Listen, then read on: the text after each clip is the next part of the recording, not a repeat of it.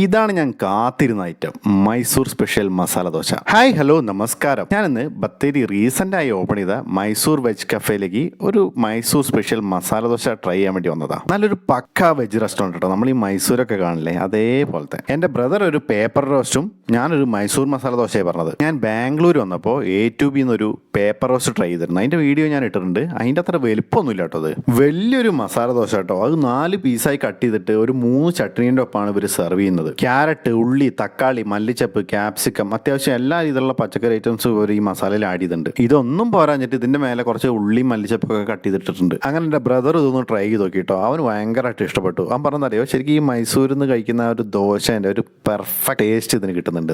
എനിക്ക് നന്നായിട്ട് ഇഷ്ടപ്പെട്ടു കേട്ടോ. ഇനി രാത്രി എനിക്കൊന്നും വേണ്ട, വയറ് നിറഞ്ഞു. എല്ലാം കഴിഞ്ഞൊരു കോഫി അത് നിർബന്ധം. ഇവിടെ കുക്ക് ചെയ്യാനുള്ള ആവശ്യമുള്ള എല്ലാ സാധനങ്ങളും കർണാടകയിൽ നേരിട്ട് കൊണ്ടുവരികയാണ്. ബഡ്ജറ്റ് ഫ്രണ്ട്ലി ആണ്. വെജ് ലവേഴ്സിന് highly recommended. So bye from KV Star Vlog.